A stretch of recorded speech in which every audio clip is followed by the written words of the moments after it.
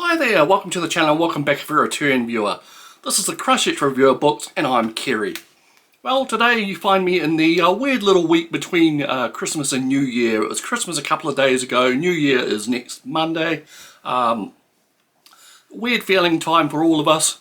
And here in New Zealand it's kind of like the last remnant of what used to be a much longer kind of weird surreal holiday period at the end of the year and the beginning of the next one. When I was a kid, we all had the kids had 6 weeks off school and all the adults used to take all their annual leave at the same time, making the entire month of January a kind of half real dreamy time where everyone could laze around and relax and the country kind of shut down and everyone enjoyed that. Of course these days we all march to the incessant beat of commerce and there's only a few days really either side of Christmas and New Year where this kind of remains basically. Is that a good thing or is that a bad thing? I guess it's up to you. I certainly enjoyed it when I was young, but you know, as you get older, you want to get things done. And if you found half the shops and all the businesses and services were closed, you probably wouldn't be that thrilled about things these days. Anyway, on with the show. Today, a review of a book which I've been kind of procrastinating about doing a review on, not because it's bad, just because I just didn't have a great deal to say about it, and yeah, I just had to bite the bullet and do something about it. So the book is this. It is Consider This by Chuck Palahniuk. I'm sure by the internet that's how you pronounce his name. I've seen it and heard it pronounced several different ways. Now I have a kind of on and off, again, relationship with this author, Chuck Palahniuk. Back in the late 90s I came across his first book, Fight Club, in a kind of like a bargain bin outside a local bookstore. That was like a table or a bin where you'd find books that were remaindered or they otherwise couldn't sell at full price, and you'd just hand over a couple of dollars maybe and you'd get a book. And I found a lot of good stuff in those days. You don't see it so much anymore. I'm not sure why. The bargains aren't quite the bargains they used to be, and the remainders aren't quite as good as they used to be.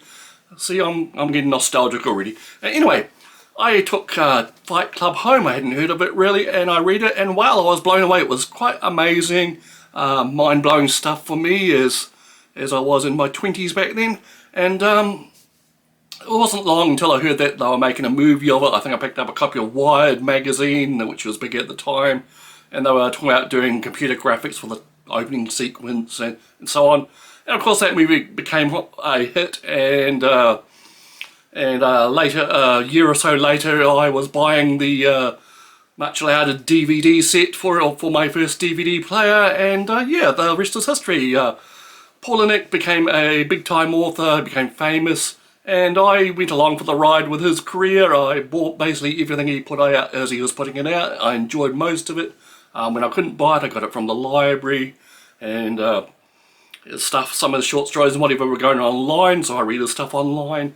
And I was a fan, of course, and after a while, sometime towards about the late 2000s, I basically fell out of love with his stuff. I don't know why.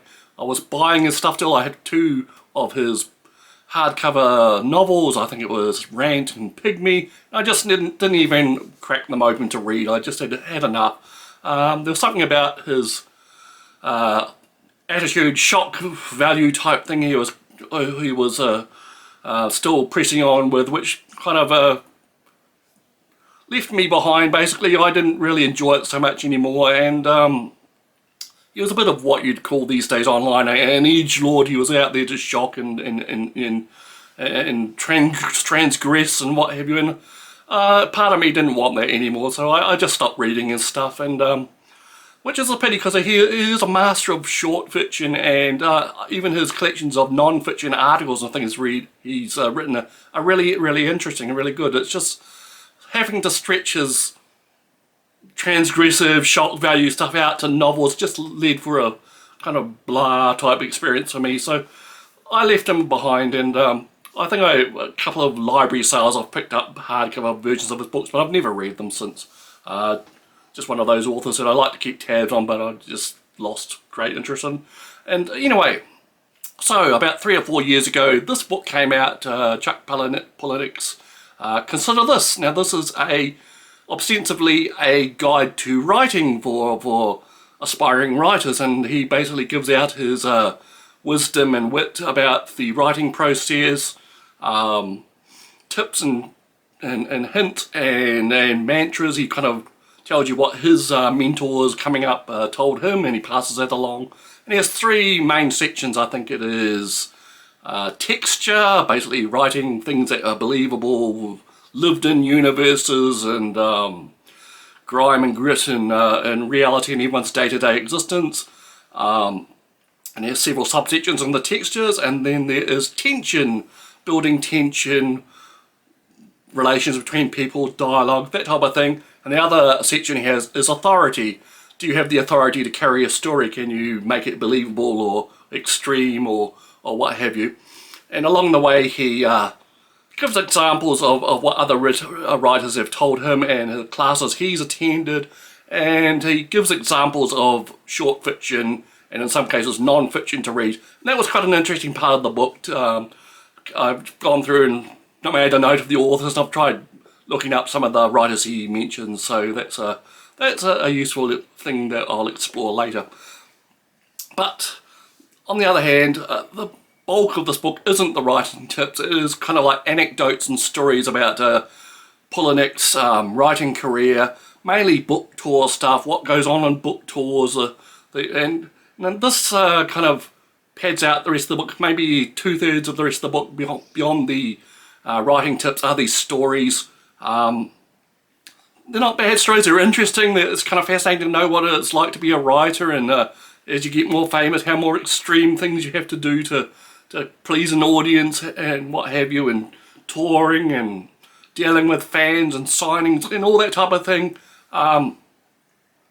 It's interesting, but I think it dilutes the actual writing tips, because after I finished reading this book, all the things that come to my mind were the stories about his anecdotes about extreme fans and weird goings on tour, and the kind of writing tips itself kind of faded, which is a pity, but at the same time you are quite entertained by these stories. So that's pretty much all I have to say about it. It's not a bad book, it is fine.